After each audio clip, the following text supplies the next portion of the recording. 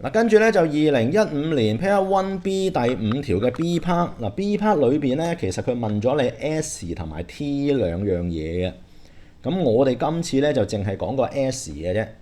咁啊都睇翻啦，你如果有呢一份卷嘅話，佢係有個 Q 嘅相嘅，而 Q 嘅相當中咧，你會見得到咧個 S 咧就係成嚿類似芋頭咁樣嘅物體嘅長條形嘅。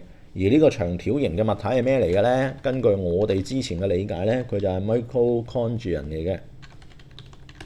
咁中文同學就應該係線粒體嚟嘅。咁佢個問題就係問你噶咯喎，個 B part 佢就話啦，嗱而家我哋有個 S 有個 T 啊，咁我淨係講 S 啊，佢問你佢個 function 係乜嘢嘢，佢嗰個嘅功能係乜嘢嘢。咁啊就住呢一件事，我哋就會話俾你聽啦。佢個功能咧就係 generate energy， 中文同學咧就係產生能量。